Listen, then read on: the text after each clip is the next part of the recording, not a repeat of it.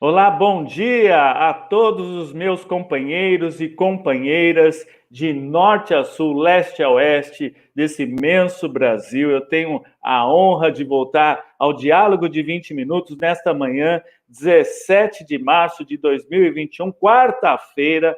É com grande alegria que nós estamos iniciando mais uma transmissão, criando um pool de canais. Eu já quero até contar aqui para o nosso entrevistado, um amigo, professor Ladislau Dobor, a quem eu já trago a todos vocês aqui, deixando inicialmente, né, para quem não sabe, completou, eu não sei se eu posso ou não, mas 80 anos na sexta-feira, uma pessoa batalhadora aqui do nosso campo. Parabéns, Ladislau.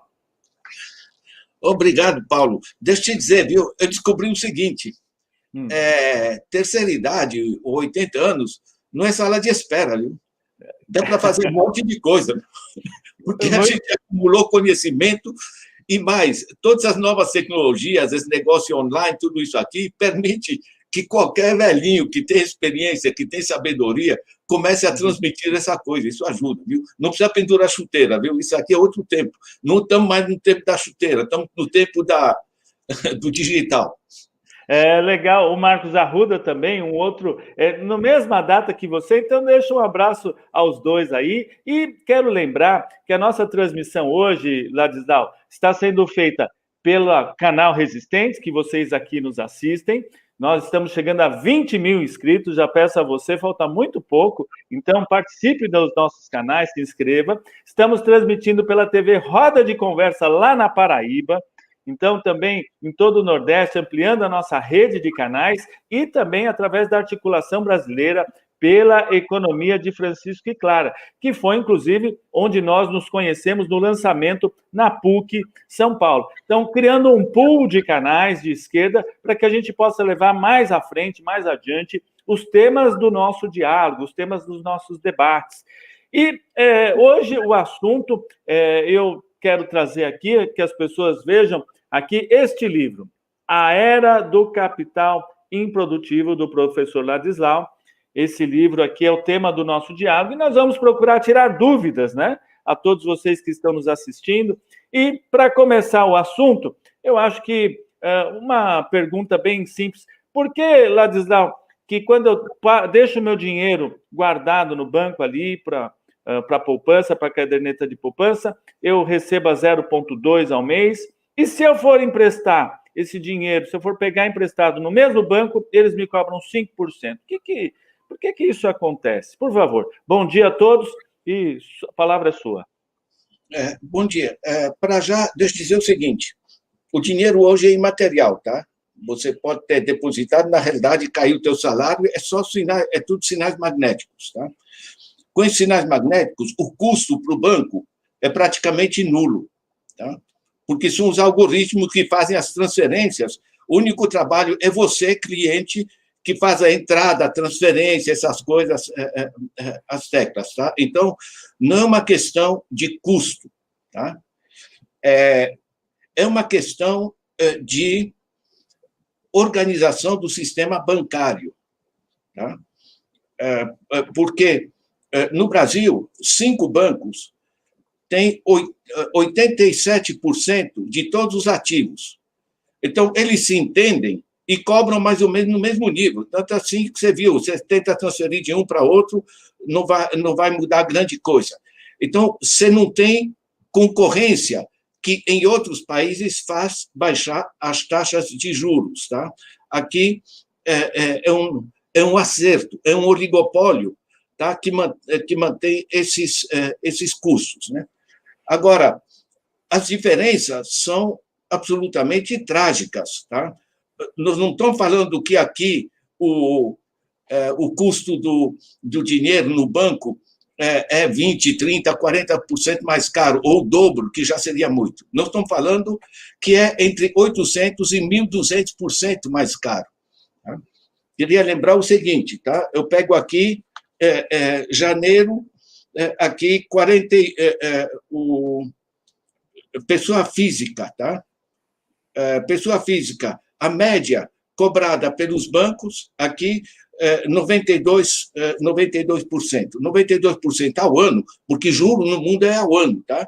Aqui é que se apresenta ao mês para parecer pequena. Eu posso apresentar o juro até por semana, vai parecer mais pequenininho, mas o custo é o mesmo. Né? Então, a média no Brasil é 92%, tá? Ao ano. O juro na Europa é entre 4% e 5% ao ano. Esse é o nível de diferença.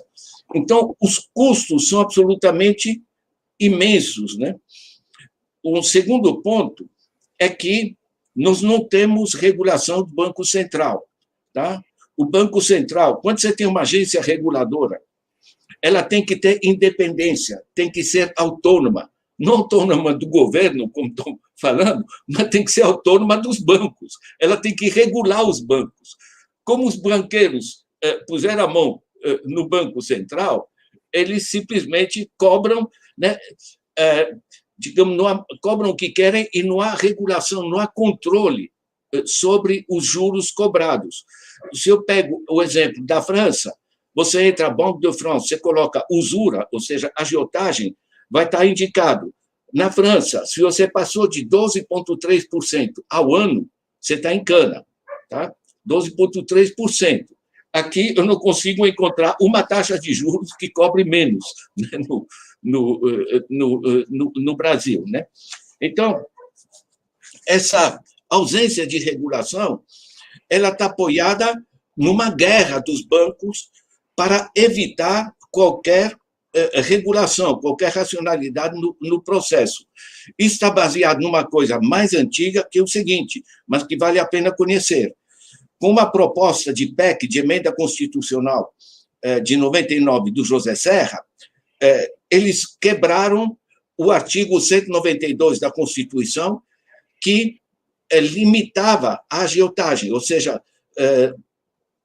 no artigo 192 estava escrito assim, se passou de 12% ao ano mais inflação, ou seja, hoje daria 16%, é crime.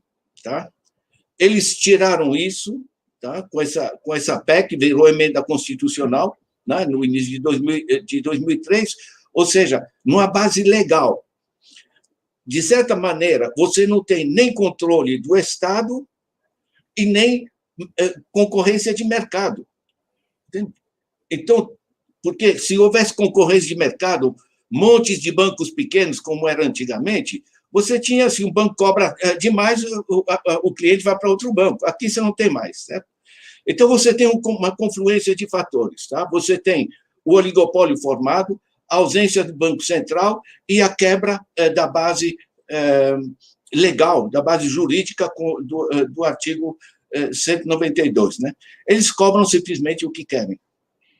Que impressionante. Eu, entrando num tema bem específico aqui da era do capital improdutivo, eu queria fazer a seguinte provocação. Como estão os bancos no mundo? Como que eles controlam essa economia? Para que a gente tenha essa visão um pouco histórica, Ladislau, do que aconteceu nesses 40 anos, de 1980 para cá, como que eles se organizaram, e isso significou o controle da economia. Por favor, deixo a palavra. Eu, antes, apenas só para cumprimentar, o Eduardo Moreira se tornou membro aqui do canal, ele também integrante. Então, muito obrigado, Eduardo Moreira. Deixando bom dia ao Wagner Campanello, ao Armando Bursolo, Marcela Albuquerque, Márcia Ferreira, Antônio Cajuela, dando aqui um bom dia a todos. Programa imperdível com Ladislau. Algumas pessoas deixando também o parabéns, o Wagner Campanello deixando parabéns, felicidades ao economista Ladislau Dóbora aqui, obrigado por estar participando, né? Todo mundo comentando sobre, daqui a pouquinho, taxa Selic. Mas passa a você, então, a questão de como que os bancos hoje se organizam no mundo para que a pessoa entenda mais essa visão histórica do que nós estamos falando. Ladislau, por favor. Olha, a questão central é a utilidade do dinheiro. Tá? Pega o que era o banco tradicional. Tá? Faz um zoom para trás, 50 anos. Na realidade, a bagunça começa em 1980, com Ronald Reagan dos Estados Unidos e Margaret Thatcher na Inglaterra. Né? o banco tinha uma função de fomento, ou seja, ele reunia as pequenas poupanças que as pessoas depositam naquela agência, ele vai procurar um empresário local que tem boas ideias e diz, fulano, por que você não monta uma fábrica aqui de sapato, que o negócio vai render, enfim, eu te empresto dinheiro, né, tal. E ele emprestava numa taxa tal que permite ao produtor de sapato ter um lucro suficiente para pagar os juros, devolver o empréstimo e ter lucro, certo? E poder criar outra fábrica e desenvolvendo. Isso aí é atividade bancária como fomento da economia, certo? Agora, se ele cobra um juro muito alto, certo? Ainda mais apresentando o juro ao mês, e com a população muito pouco informada sobre juros compostos, você vai ter eu dou exemplo de uma senhora que compra uma máquina de costura, né, costureira, uma máquina de costura mais performante, digamos, mais moderna. Ela pegou um empréstimo, comprou essa máquina de costura, está produzindo mais. Mas se a taxa de juros que ela tem que pagar para o banco por essa máquina é maior do que o rendimento dela, ela daqui 3 meses ela vai bater no banco, vai dizer, seu gerente, aqui eu não estou conseguindo pagar essa taxa de juros, eu estou me enforcando, né? Ele vai receber ele com muita simpatia, eles são treinados para isso, tá? Minha amiga, nós vamos resolver isso. Senta aqui, nós já vamos fazer o cálculo. Quanto é que a senhora consegue pagar por mês? Nós vamos alongar essa dívida. Sabe o que é? Essa mulher nunca mais vai sair desse negócio. Nós temos milhões e milhões de pessoas no Brasil que já pagaram 3, 4 vezes a sua dívida, certo? E continuam pagando, porque não conseguem voltar atrás no processo. É o processo cumulativo do endividamento que faz com que Zygmunt Bauman escreva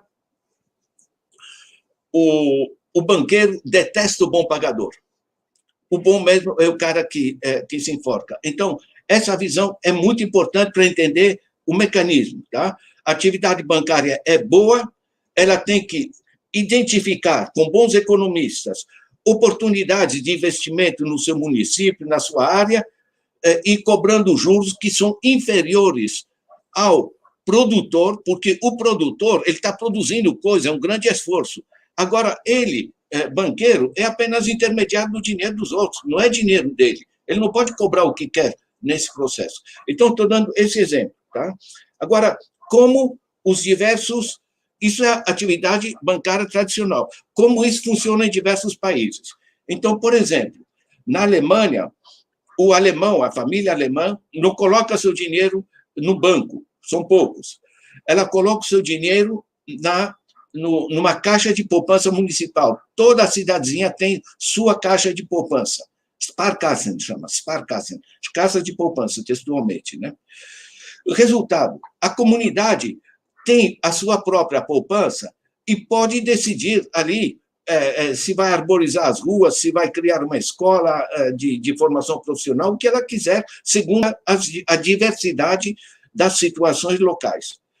Isso, no caso da Alemanha, é complementado pelo aporte de dinheiro público, tá? Porque grande parte dos recursos cobrados como imposto, né, da carga tributária é repassada diretamente para os municípios, tipo 40%. No Brasil é 15%. Então, o governo, em grande parte, repassa o dinheiro para os municípios, e o município, a comunidade ali, ela tem tanto o controle das suas poupanças, como o controle de uma maior parte do dinheiro que ela pagou sob forma de impostos, que voltou. O resultado é que você tem uma capacidade de decisão muito flexível, porque é no nível do município que você pode pensar o seguinte, caramba, aqui eu tenho gente desempregada e eu tenho terra parada aqui em volta do município. Eu vou fazer um cinturão verde de hortifruti granjeiro, vai alimentar melhor as escolas, vai dar alimento fresco para a população, vai reduzir os custos para fora, vai reduzir o desemprego, né? E o imposto sobre essa produção e comercialização vai reforçar o meu caixa. Está entendendo? Então, o bom senso no uso dos recursos se deve dar no nível local. Estou dando o exemplo da Alemanha. O exemplo da China é muito interessante. Na China, o dinheiro é essencialmente controlado pelo Estado. Então, o Estado ele não faz um esquemão ideológico. Ele fatia o sistema financeiro em função de necessidades muito diferenciadas. Então, ele não tem um BNDES, como nós temos, né? Ele tem 3 BNDES. Tem um BNDES, tipo Banco de Investimento de grandes quantias de longo prazo. Tá? Ele tem um BNDES para indústria e agricultura, ele tem um BNDES, para comércio e indústria, um BNDES para agricultura e um BNDES para infraestruturas. E ele tem o Banco Central, que organiza a lógica do conjunto, e ele tem, ao lado do Banco Central, e autônomo, este sim, um organismo de controle para controlar agiotagem, controlar corrupção, coisas do gênero. Um organismo poderoso, paralelo, e ele tem, no nível de cada cidade, você tem bancos, agências de dinheiro público e agências de bancos privados que concorrem entre si. São pequenos bancos locais. Agora, a taxa de juro, prazos, garantias, tudo isso tem regras do jogo. O resultado é que o dinheiro vai onde se multiplica. Isso é um conceito muito importante, tá?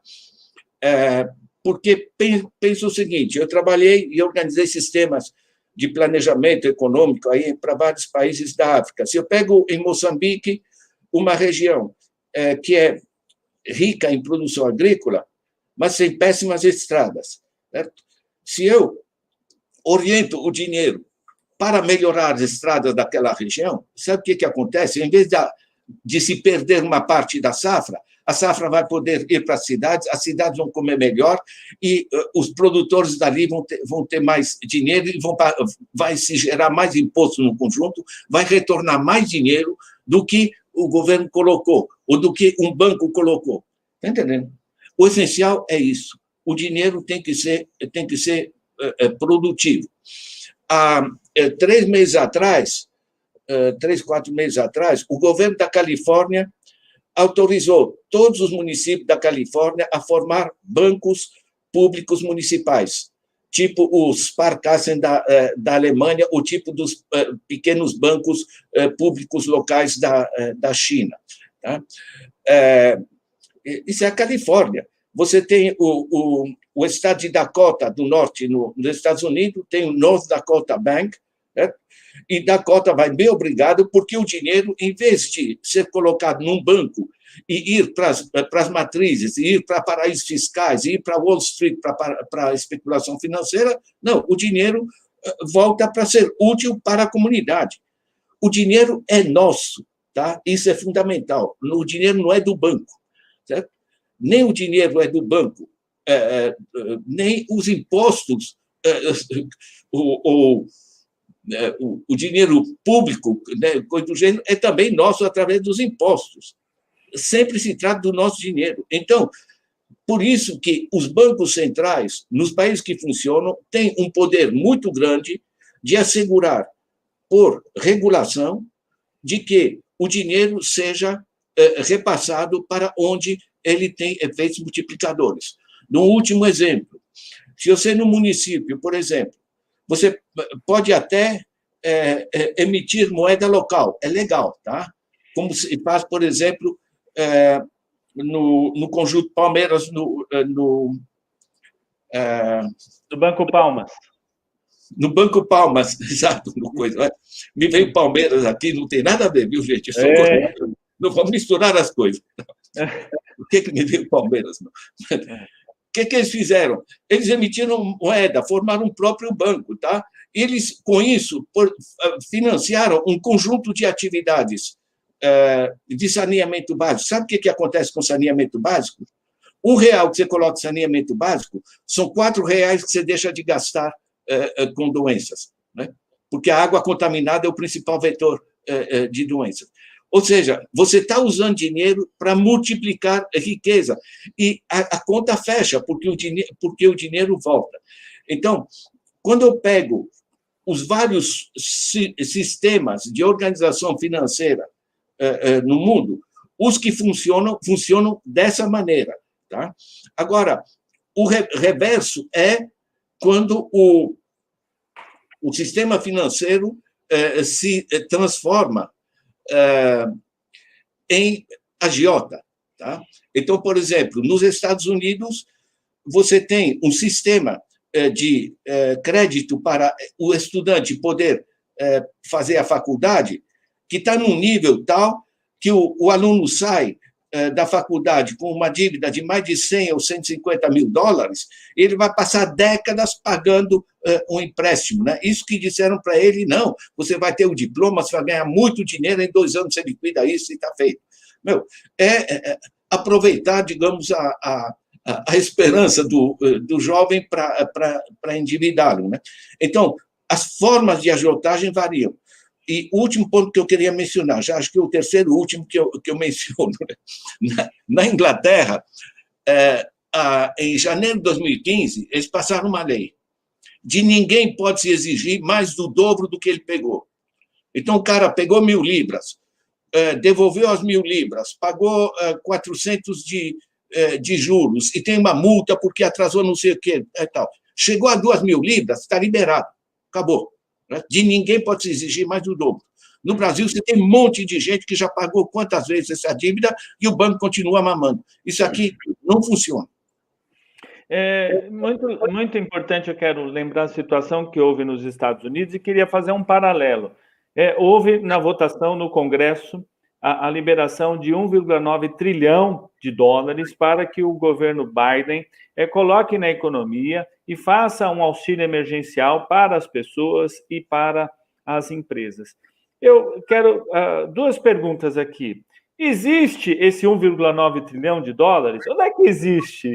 É físico, né? Existe a moeda? Essa é a primeira pergunta. E a segunda pergunta como é que ele faz? Ele cria essa moeda para o Estado que está gerando, né, esses recursos. Como é que o Estado administra esse dinheiro? Fazendo o paralelo com o Brasil, para que a gente possa ter uma visão de um outro momento para a gente entender o que está acontecendo por aqui. Por favor. Olha, é o mesmo sistema do Bolsa Família, tá? Dinheiro não existe, tá? Eu, na minha idade, eu ainda uso essa coisa que vocês devem conhecer, olha aqui. Ó. Isso é papel, tá? O pessoal acha estranho, tal, ainda pago com dinheiro, enfim. Né? Você paga com cartão, né? Com cartão é apenas um sinal magnético. Você pode chacoalhar o cartão, não cai dinheiro, certo? Mas esse cartão tem uma tarjinha ali e tem um chip, né, que liga ele com uma agência bancária e que põe ele nessa rede em que o dinheiro é apenas um sinal magnético. O dinheiro é imaterial. Esse dinheiro que os velhinhos como eu usam, né, representa 3% da liquidez no mundo. Tá? Os 97% é apenas sinal magnético, é imaterial. Então, basta um governo mandar um link, colocar no cartão das pessoas, certo? Está aqui $1.400 que agora são teus, você usa como quiser, e pode mandar como auxílio para a pequena empresa, coisa do gênero. Você repassa o dinheiro. Esse dinheiro, volto a dizer, não existe, tá? Porque você pode emitir. O problema não é de onde vem o dinheiro, que essa é a imensa balbúrdia desse nosso governo, né? A farsa que ele vende para nós, né? Eles sabem dessa coisa. O problema não é de onde vem dinheiro, é para onde vai. Voltem ao exemplo que eu mencionei do saneamento básico. O Roosevelt fez isso para tirar os Estados Unidos da crise com o New Deal, nos anos 30. Tá? Você passa dinheiro para pequenas obras em todos os municípios, mas são obras que dinamizam a atividade e geram demanda, porque as famílias, quando têm dinheiro, elas compram. No Brasil, a base da população, 90% do dinheiro que elas recebem, a Laura Carvalho está no meu blog, numa pesquisa que ela coordenou sobre o processo.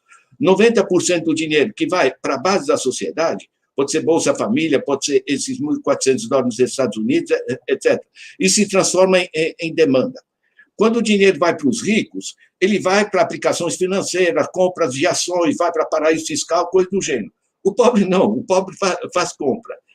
Essa compra, ela dinamiza a produção, porque o pobre faz compra. O Paulo Guedes nos diz, não, o dinheiro para rico vira investimento, agora o dinheiro para pobre ele consome e desaparece. Isso é uma cretinice, tá? Porque, na realidade, o cara que tem da massa da população, ele vai no comércio, ele faz compra. O comerciante precisa repor o estoque, ele vai na empresa. A empresa precisa produzir mais, ela emprega mais. Tanto as compras das pessoas geram imposto, né, sobre o consumo, que é 40% que já volta para o Estado, e tanto a atividade empresarial que se reforça, ela também gera imposto sobre o processo produtivo, certo? E também volta para o Estado. Então, a roda gira. Eu volto a dizer, o problema central é para onde vai o dinheiro e não de onde vem. Se você pega o dinheiro, como se repassou aqui o mais de 1 trilhão, que o essencial foi para os bancos, certo? E os bancos estão sentados em cima, o Paulo Guedes dizia assim, que ficou empossado, com C cedilha, a gente tem que especificar, né? Certo? O dinheiro. Por quê? Porque eles simplesmente vão empurrar isso com as taxas de juros que a gente tem aqui, tá? Taxa de juros, cartão de crédito 257%, tá? Janeiro de 2021, gente. Cheque especial 127%, empréstimo pessoal nos bancos 46%, empréstimo pessoal financeiro 106%.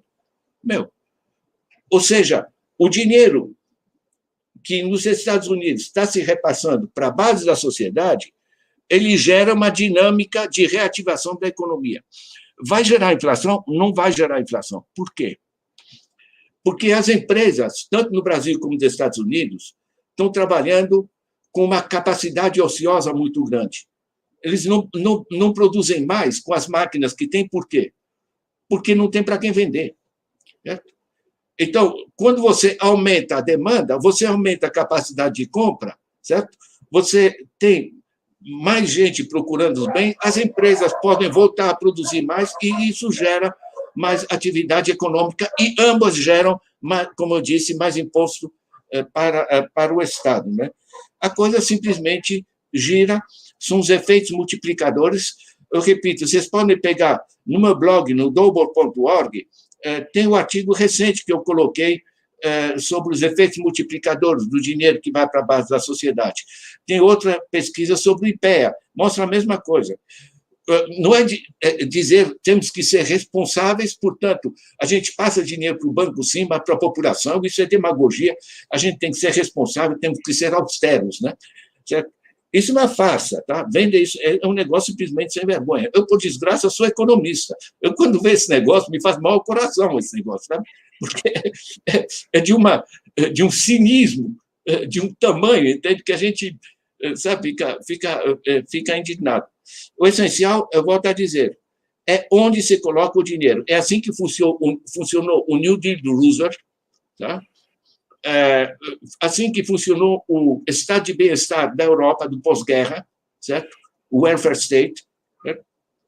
O dinheiro repassado para as famílias que geraram demanda, que geraram atividade empresarial e ambas geraram imposto para o sistema funcionar. Paulo, esse negócio funciona assim, na China, no Canadá, na Suécia, na Alemanha, ou seja, países com sistemas políticos, na Coreia do Sul, muito diferenciados. Mas a lógica é a mesma. Né? A lógica que funciona é você organizar a economia em função do bem-estar das famílias. E bem-estar das famílias, o que é? 60% é dinheiro no bolso. Você pagar o aluguel, fazer a compra.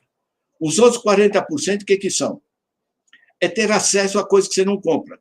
Você precisa de segurança, tá? Mas você não compra a delegacia. Pelo menos não deveria. Né? Você não compra o hospital, você não compra a escola. Está me entendendo? Então, a parte de consumo coletivo, que a gente chama de salário indireto, isso tem que ver através de um processo público, gratuito, de acesso universal. De longe, o melhor sistema de saúde no Brasil não são os planos de saúde, é o SUS. É, de longe, o mais eficiente. E a gente tem comparações internacionais. Nos Estados Unidos, a saúde, em grande parte, é privada. O custo por pessoa nos Estados Unidos é $10.400 por ano, e no Canadá, onde é público, gratuito, de acesso universal, a saúde é pública, gratuita, de acesso universal, o custo é menos da metade, $4.400. Os Estados Unidos estão nos últimos lugares dos países da OCDE, o Canadá está entre os primeiros em termos de nível de saúde. Por quê? Porque sai muito mais barato hoje fazer um sistema para todos, sistema de escola, segurança, hospital, tudo que são os bens de consumo coletivo, né? Ter rios limpos, ter cidades arborizadas, toda essa coisa, né? O meio ambiente, isso aí tem que ser público. Então, o problema não é ter Estado mínimo porque o Estado gasta e o banqueiro investe, né? Isso é a besteira que venderam para a população, e que essa mídia, aí é uma vergonha realmente, porque a mídia está sabendo, repete e repete em permanência, certo? Nós temos que entender, o dinheiro que funciona é o dinheiro que vai para a base da população, que gera demanda, ambos geram recursos para o Estado, e o Estado pode fazer o que o Estado tem que fazer, assegurar as políticas sociais, saúde, educação, segurança, essas coisas, público, gratuito, universal, e, por outro lado, fazer infraestruturas, né? Transporte, telecomunicações, energia, etc., que também sai muito mais barato quando é público, certo? Do que essa apropriação. E o setor privado faça muito bem o seu papel, produza tomate, produza automóvel, produza bicicleta, essas coisas, porque o setor privado, os chamados mercados, são bons para isso. Quando os mercados se apropriam dos bancos, se apropriam da saúde, se apropriam da educação e coisa do gênero, sai de baixo. E, sem falar de se apropriar do petróleo, como no Brasil. Imagina um país entregar a sua base energética para multinacionais. Imagina a China fazer isso.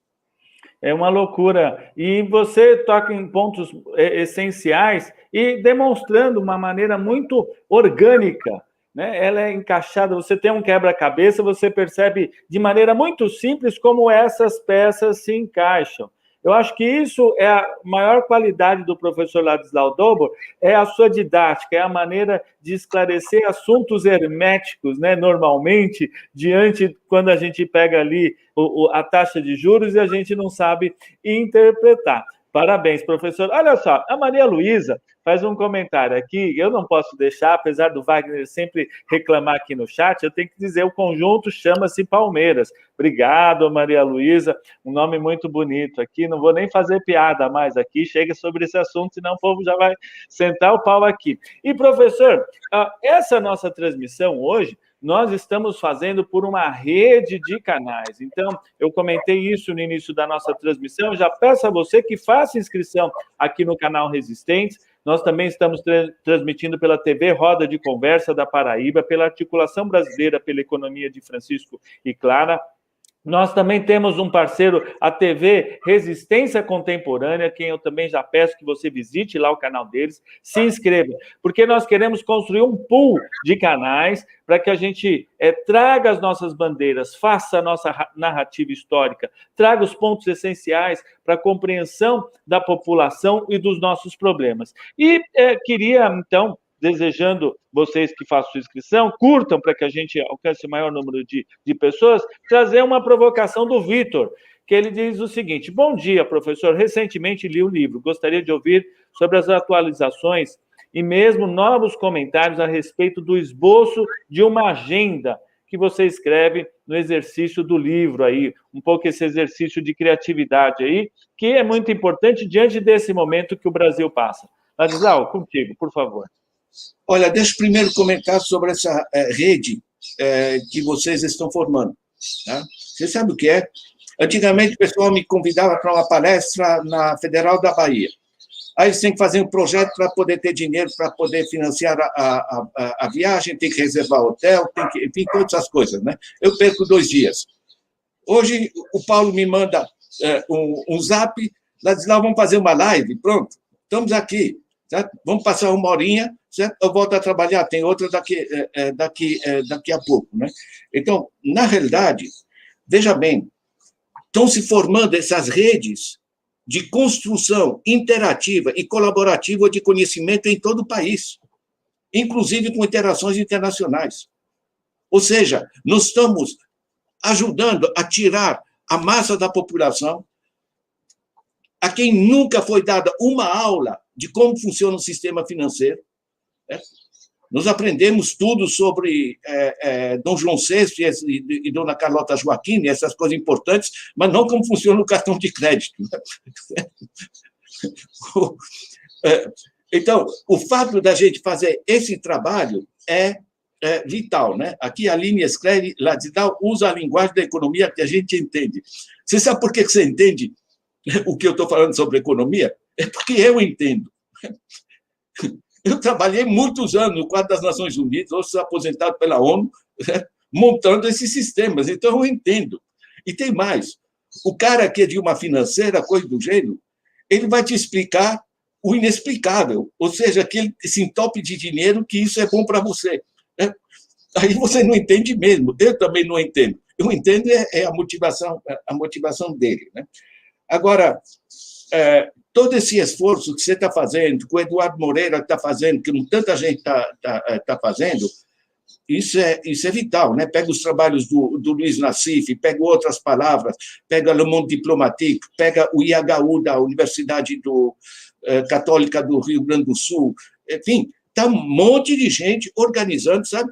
Tem jornalistas que saíram dos jornais, onde tinha que escrever o que mandam, certo? E as balbúrdias que mandam, e que hoje estão podendo dizer realmente as coisas como são. Eu, felizmente, não estou trancado dentro de uma instituição, não tenho chefe para dizer que me diga o que eu deva dizer, certo? Eu posso explicitar as coisas. Essa autonomia desse sistema que eles chamam de mídia alternativa, mas, na realidade, é a mídia de verdade, enraizada nas opiniões, né? O pessoal pode dizer, não acredito tudo do que Ladislau disse, tudo bem, certo? Mas você sabe que eu estou dizendo o que eu acredito. Né?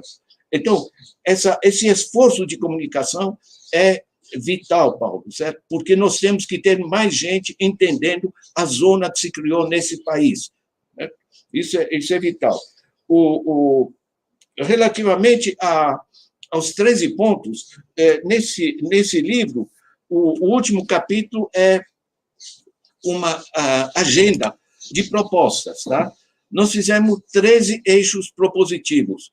Esse último capítulo eu fiz junto com Ignatius Sachs, que é um nome mundialmente conhecido, é um dos criadores do conceito de sustentabilidade, e com Carlos Lopes, que é um africano brilhante, hoje é professor de Cambridge e da Universidade de Cape Town, na África, foi subsecretário-geral das Nações Unidas. A gente juntou, elencamos esses 13 pontos. Por que são importantes? Todos eles já funcionam em diversos países em escalas diferentes. Ou seja, não são ideias, não é uma sociedade ideal, socialismo desse, ou comunismo daquele, ou capitalismo não sei das quantas. Né? Está todo mundo à procura, né? O Piketty diz que temos que fazer um socialismo democrático, acho muito simpático, né? O Bernie Sanders diz que é um socialismo ali de um tipo, o Joseph Stiglitz fala em capitalismo progressista, que eu acho muito divertido, enfim, como qualificação. Não é um ismo ou outro ismo, tá? É pensar que objetivos temos que atingir. A renda básica é essencial porque você tem que assegurar que o mínimo não falte a ninguém. Deixa eu dar um dado básico, aritmético. Todo mundo sabe o que é o PIB, tá? Mas ninguém sabe avaliar o PIB. Eu faço uma conta muito simples. PIB do Brasil, 2019, 7,3 trilhões. Ninguém sabe o que é 1 trilhão. Não está no nosso nível, digamos assim. Esse trilhão, esses 7,3 trilhões, eu divido pela população, 212 milhões de habitantes. Sabe o que dá? Dá 11 mil reais por mês por família de 4 pessoas. O que a gente produz hoje de bens e serviços dá R$ 11.000 por mês por família de 4 pessoas. Agora, no ano passado, em plena pandemia, entre 18 de março e 12 de julho, portanto, basicamente em 4 meses, 42 bilionários em dólares, tá? Que já são bilionários, já são podres de ricos. Eles aumentaram, em 4 meses de pandemia, com a economia caindo, aumentaram as suas fortunas pessoais em 180 bilhões de reais. Sabe o que é 180 bilhões de reais? Dá 6 anos de Bolsa Família. Só que não para 50 milhões de pessoas, é para 42 pessoas que já são bilionários e que não pagam impostos. Porque desde 95, lucros e dividendos distribuídos no Brasil não pagam impostos. Então, nosso problema não é econômico. Nosso problema não é falta de recursos. Nosso problema é ter um governo com pantalones, como dizem o hispânico, né? Capaz, efetivamente, de orientar os recursos para que onde sejam produtivos e se multipliquem. Certo? A gente sabe como fazer isso. É pegar o New Deal do Roosevelt, é pegar o welfare state do pós-guerra, é pegar como funciona na China, na Coreia, no Vietnã, na Suécia e outros países. Né? É pegar como funcionou entre 2003 e 2013 no Brasil, antes que quebrem esse sistema, certo? No Brasil, né? Coisa que o Banco Mundial chamou esse período, 2003 a 2013, de The Golden Decade of Brazil, a década dourada do Brasil. Por quê? Porque se aumentou o salário mínimo, se fez o Bolsa Família, se fez uma série de coisas que dinamizaram a demanda, com isso as empresas e o comércio teve para quem vender, com isso gerou mais imposto e o governo, tanto assim, eu pus, Paulo, no meu blog, vocês podem pegar, tá? Um artigo simples, uma nota que não precisa ser economista, tá? Chama Contas Públicas, entenda a farsa. Em 4 ou 5 páginas você vai entender, você vai ver que na fase Lula-Dilma você praticamente não tinha déficit e o déficit se gera a partir do novo sistema da tal de austeridade. Eles vieram, né, com aquele discurso, a boa dona de casa tem que gastar apenas o que tem, certo? Nós vamos ensinar, né? Bom, chegaram lá, estourou o déficit, tá? Tivemos, mesmo antes da pandemia. Tá? Tem que lembrar que é o 8º ano que nós estamos com a economia parada. A economia brasileira, em 2019, antes da pandemia, estava no mesmo nível que em 2012. Então, esse sistema simplesmente não está funcionando. Então, quando a gente colocou a agenda, né, vocês podem pegar, tem inclusive um vídeo. Deixa eu lembrar que esse livro está sob forma de vídeos. Cada capítulo tem um vídeo de 10 minutos. Vocês vão ver no meu blog, no double.org, vocês vão ver lá Pedagogia da Economia. Eu fiz isso junto com o Instituto Paulo Freire. Tem tudo a ver com Paulo Freire, tá, gente? Porque é usar conhecimento para empoderar as pessoas, para tirar as pessoas do buraco. Conhecimento é uma arma muito poderosa. Isso é a mensagem do Paulo Freire, né? Eu herdei isso do Paulo Freire. Herdei também a filha, casei com ela. Eu comento às vezes, Paulo, que eu herdei o melhor de Paulo Freire, né? Casei com a filha, mas isso é paralelo, não tem nada a ver com a economia. Mas aprendi muita coisa com ele. Fazer que bacana. Generalizar conhecimento, como você está fazendo, como o Eduardo Moreira está fazendo, Luiz Nassif está fazendo. Por exemplo, o Joaquim Melo, que vocês podem chamar aqui, né, do Conjunto Palmeiras, para ele falar do Banco Palmas, como funciona, já são 118 bancos comunitários de desenvolvimento. Então, esses 13 eixos que a gente pegou, assegurar a renda básica, fazer políticas de emprego, etc., são coisas que já funcionam em vários países. Tá? Então, não é um ismo ideológico, né? São propostas práticas para funcionar. Né? E eu tenho um livro que eu recomendo muito, que é esse aqui, O Pão Nosso de Cada Dia. Né? O Pão Nosso de Cada Dia chama assim porque é ganhar o pão nosso de cada dia, mas trabalhar, ter a renda, etc. Né? É um livro pequeno que pega setor por setor como organizar as coisas, porque você não organiza a economia, certo? Você tem que organizar agricultura, indústria, construção, transporte, energia, saúde, educação, financiamento, etc. Então, eu peguei 20 setores mostrando como essas coisas podem ser articuladas. O que eu estou passando, e o Paulo tem muito consciência disso, você que está nos assistindo, né? Essencialmente, eu passo ferramentas para as pessoas. Né? Eu trabalhei, eu estudei na Suíça economia com bons banqueiros, tá? A Suíça entende de banco, né? Depois eu estudei na Polônia, fiz um mestrado, doutorado ali, como organizar a economia em função das necessidades das famílias, certo? E depois trabalhei 7 anos na África, no quadro das Nações Unidas, fiz coisas na China, na Mongólia, em diversos países lá. Enfim, eu trabalhei em países ricos e pobres. A gente chama isso de economia aplicada. Tá? Não é teoria geral, se eu prefiro Marx, Schumpeter ou Keynes, ou não sei, coisa do gênero. Né? Mas, que é importante também, né? Mas, essencialmente, a gente pegar... Olha, que legal isso aqui.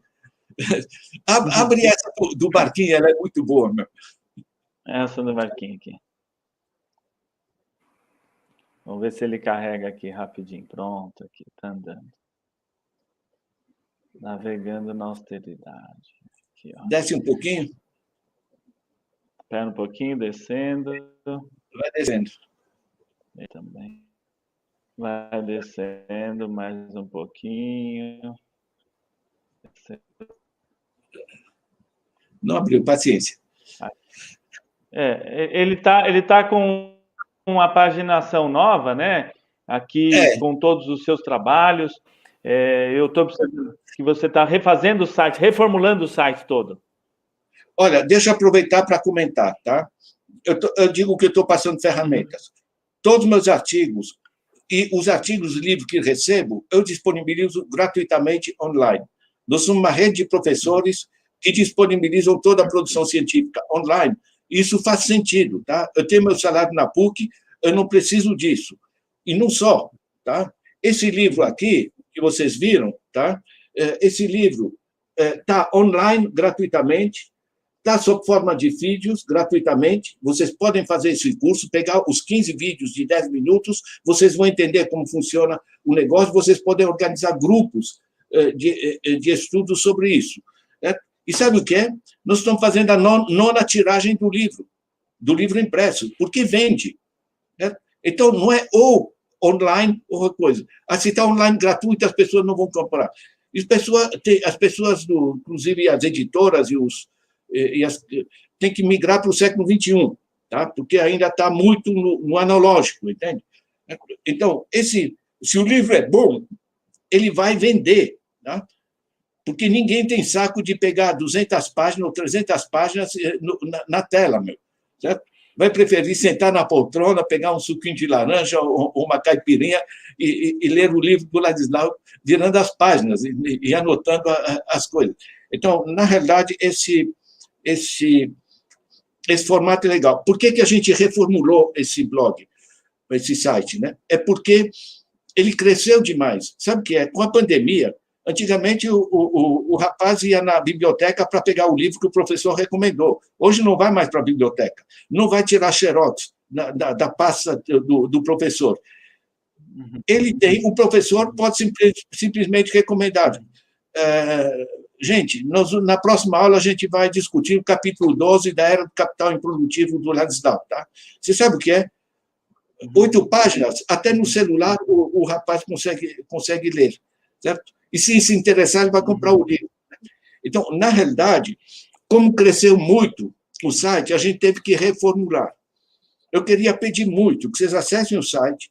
Certo? É ferramenta para todos nós. Tá? Muito utilizado no Brasil, está sendo utilizado em cerca de 50 países. Tá? Hoje ele expandiu muito.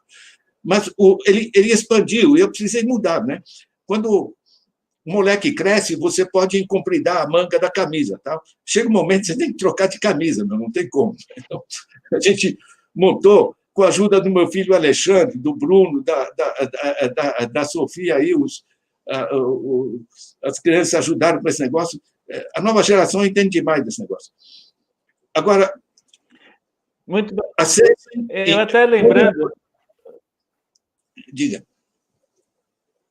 Até lembrando que nós fizemos também, dentro de uma mesma proposta, o Capitalismo se Desloca, foi no dia 4 de novembro de 2020, no ano passado, deu um excelente número de acessos. E eu quero lembrar também, quando nós conversamos sobre este livro aqui, Ladislau, você tem uma culpa no cartório, e eu agora vou ter que dizer isso aqui para todos os nossos internautas tomarem conhecimento, que da sua provocação, quando você mostrou no mapa do mundo onde você tem sido acessado, pelo imaterial, você já fez o intangível, a entrevista já está disponível.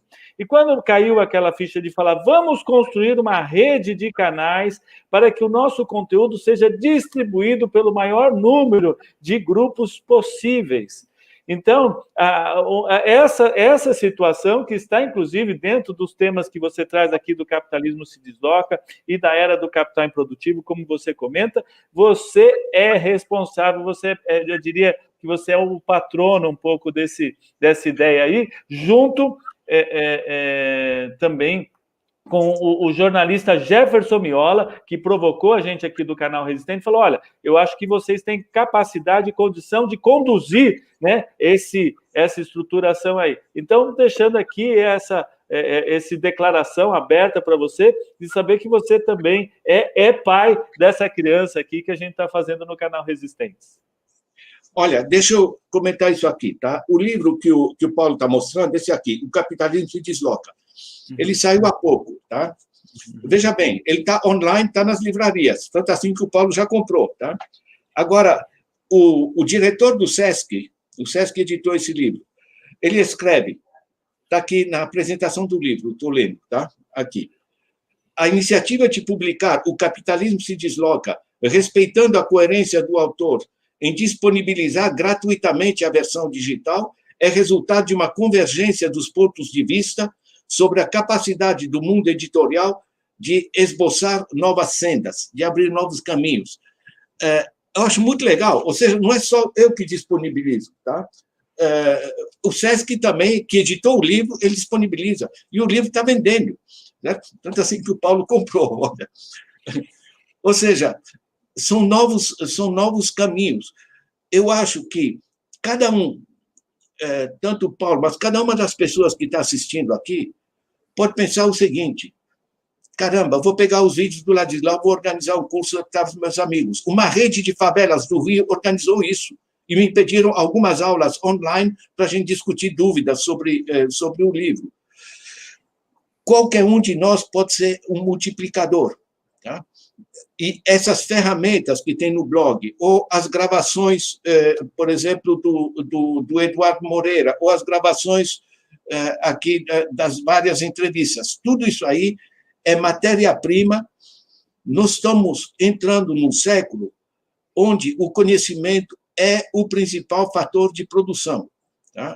Isso aqui, a riqueza está no conhecimento. Se eu pego esse celular aqui, pode ter 5% de trabalho físico e força física. O que é o valor disso aqui? É conhecimento incorporado. Então, conhecimento é além da sala de aula hoje, tá? É uma construção permanente, e é além da infância. Eu, com 80 anos, no mínimo 2 dias por semana eu passo lendo, senão em 2 anos eu estou por fora, tá? E eu ainda espero ter muitos anos pela frente aí. É legal. Eu vou ouvindo e vou aprendendo também aqui. A Érica, que está participando, ela disse que formou um grande coletivo, que já são mais de 160 mil pessoas, e elas compram uma das outras. Essa rede de esquerdistas está presente em 39 países e mais de 600 cidades. Por favor, vão conhecer. Esquerda, compra da esquerda. É uma forma de usar o capitalismo, fortalecer os nossos grupos ali. Bem legal, eu vou até entrar em contato, se a Érica quiser mandar um e-mail para o canal Resistentes, canalresistentes.stream@gmail.com, para a gente conversar, conhecer um pouquinho mais dessa experiência aí, bem bacana. Parabéns pela sua ação. Eu quero, já estamos aqui indo para o tempo final, mas houve várias informações importantes, e tem uma aqui que ele está querendo saber sobre se o capitalismo, diante da sua própria crueldade entre si, se ele não está se autodestruindo também, né, diante dos desafios. esse capitalismo, ele será sustentável? Ou a crise que hoje nós estamos vivendo está levando também o capitalismo à sua bancarrota? Eu queria ouvi-lo um pouquinho mais, professor, por favor. Olha, basicamente é o seguinte, no capitalismo, predomina hoje o lucro sobre intermediação. Tá? Não são produtores que são as grandes fortunas. Vocês vão encontrar isso nesse livro. Tá? Não é mais era da General Motors, General Electric, essas coisas que produziam coisas. As grandes fortunas é gente de Wall Street, é gente da City de Londres, são donos de plataformas como Facebook, etc. Né? Você pensa, o Facebook é gratuito. E como é que a Facebook ganha suas fortunas absolutamente gigantescas com a economia parada? De algum lugar vem esse dinheiro. Esse dinheiro vem da publicidade. Quem paga a publicidade? As empresas. Para as empresas, essa publicidade é um custo. Elas transferem esse dinheiro lá para o Mark Zuckerberg para esse negócio. Certo? Como é custo para as empresas, quando a empresa calcula a que preço ela vai vender o produto, ela incorpora o custo dessa publicidade. Certo? Então, quando você chega e vai fazer uma compra no supermercado ou qualquer loja, coisa do gênero, você está pagando, no preço, sai do teu bolso o dinheiro que vai para essa empresa, que vai dali para a empresa de publicidade, que vai passar para o Facebook, para o Google, para todas as plataformas de comunicação, ou que vai passar para bancos e coisas do gênero. Né? Então, na realidade, toda essa área nós estamos pagando. Gerou-se um sistema de extração de recursos com muito pouca produção, porque são plataformas, são algoritmos que trabalham sozinhos. O pessoal só vai chupando o dinheiro e travando a capacidade produtiva. Né? Tanto assim que a economia fica parada. Em termos de oportunidade, o fundamental é o seguinte: nós podemos desintermediar. Então, o que faz o Banco Palmas e os 118 bancos comunitários de desenvolvimento que o Brasil já tem? Em vez de ir para o banco pagar aquilo que o Paulo dizia, um monte de dinheiro por qualquer empréstimo, as pessoas emprestam mais para os outros. O Banco Prosper nos Estados Unidos é uma plataforma que põe em contato gente que tem dinheiro e gente que está precisando. Certo? E não precisa de banco. Certo? Paga-se uma pequena taxa administrativa apenas. O cara que criou o Banco Prosper, ele tem uma frase muito simpática. Ele diz: a atividade bancária é essencial, o crédito, né? O banco não. Né? Nós podemos desintermediar, porque isso é economia imaterial. O dinheiro não existe, não precisa carregar em malas. Certo? Uhum. Ou seja, a gente pode... um monte de gente agora, com essa pandemia, pequenos produtores rurais estão vendendo diretamente para consumidores na cidade. Precisa passar pelos atravessadores. Né? Um monte de gente está emprestando uns para os outros. Eu empresto de diversas maneiras. Certo? Um amigo professor, né, que estava enforcado no cheque especial, então não conseguia quitar o cheque especial, porque senão não conseguiria viver aquele mês.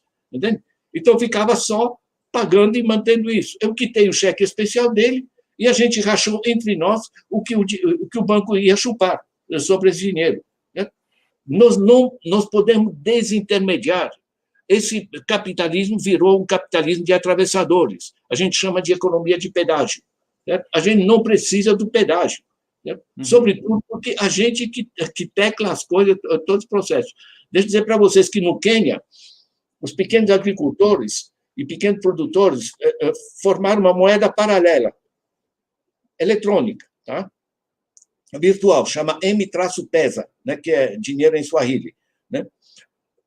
Essas transações no Quênia representam 38% do PIB. Entende? Mandaram um bauru para os bancos. Né? Então, você tem o... Agora, isso não aparece na mídia por quê? Porque os bancos é que pagam grande parte, é só você ligar a TV, você vai ver o Santander disse, faça isso aqui, tal, outro banco faça aquilo ali e tal. Então, a mídia não vai falar de como funcionam os bancos, né? A gente tem que fazer. Agora, a pergunta é muito interessante, é o seguinte: por que o capitalismo está dando um tiro no próprio pé? Quer dizer, É burrice?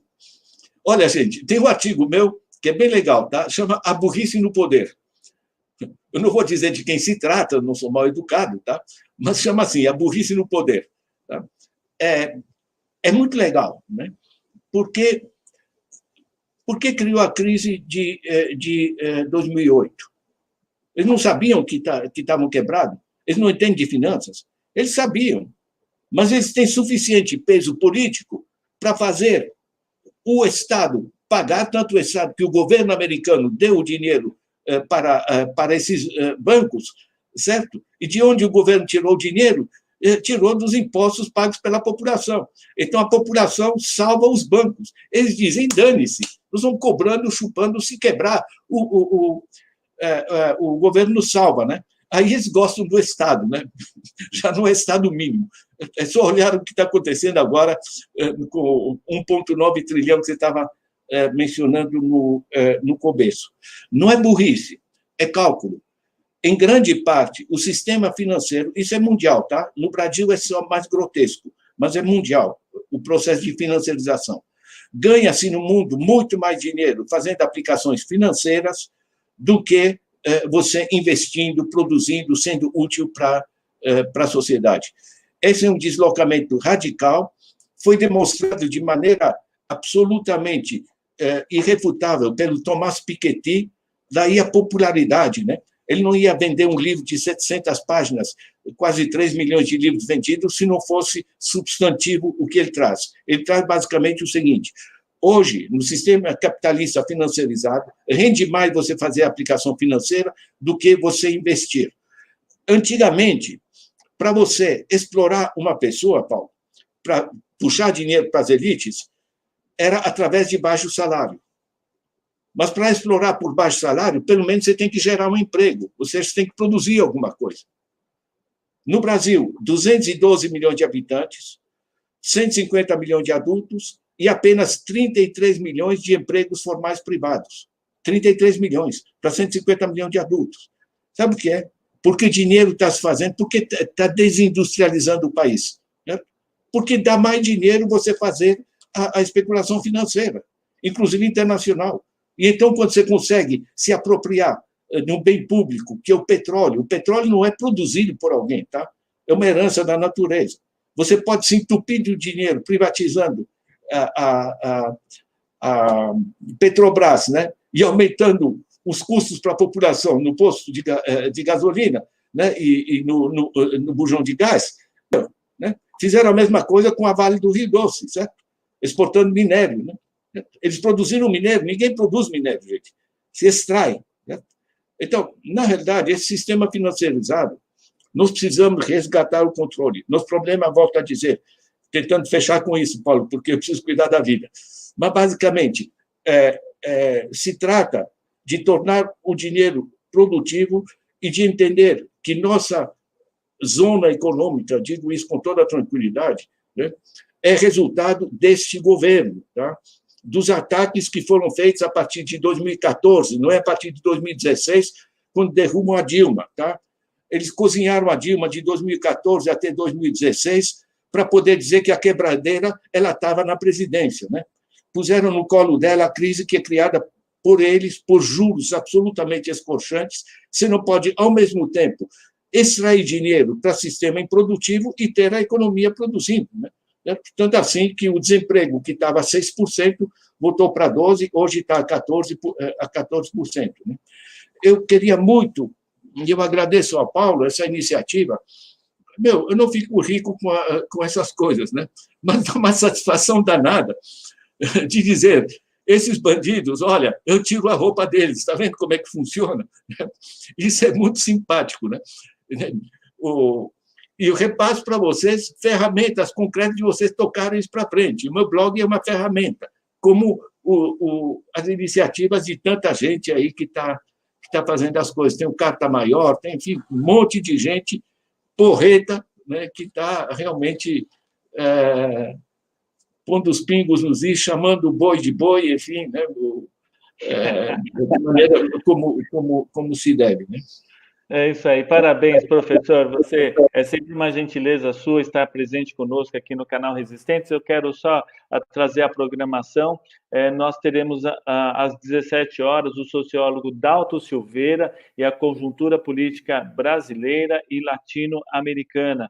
E então, às 17 horas já fica o convite para vocês. E teve até um comentário aqui falando sobre as novas tecnologias. Eu quero trazer a transmissão que eu farei amanhã no Diálogo de 20 Minutos, aqui do canal Resistentes, com a presença do matemático quântico Daniel Stilke França. Roubo de dados na internet. Saiba o que é privacidade diferencial, com o matemático quântico Daniel Stilke França.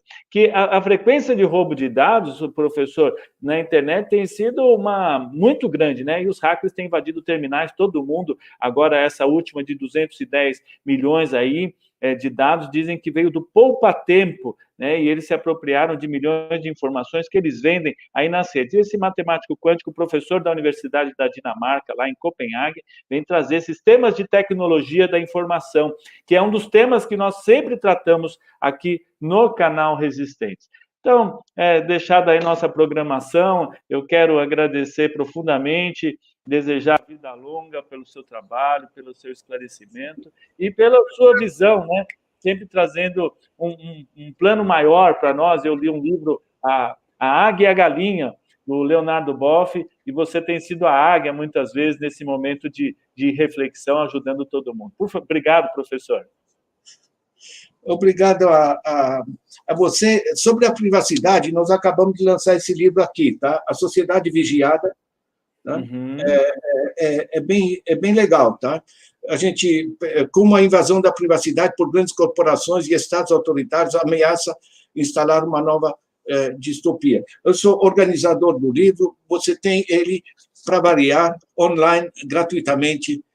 Dá para preparar a reunião que você vai fazer com esse matemático aí. Gente, um grande abraço, leiam, divulguem e foi excelente a participação. Isso aí, excelente a participação. Fora Bolsonaro, aqui no canal Resistência, nós temos lado aqui da nossa luta aí, nós queremos a nossa soberania e que o dinheiro chegue na produção, que chegue no bolso do trabalhador, que chegue para que todo mundo tenha esses 11 mil reais nas suas famílias aí, que a gente pode viver muito bem, temos certeza. A luta continua e nós vamos vencer. Beijo a todos vocês.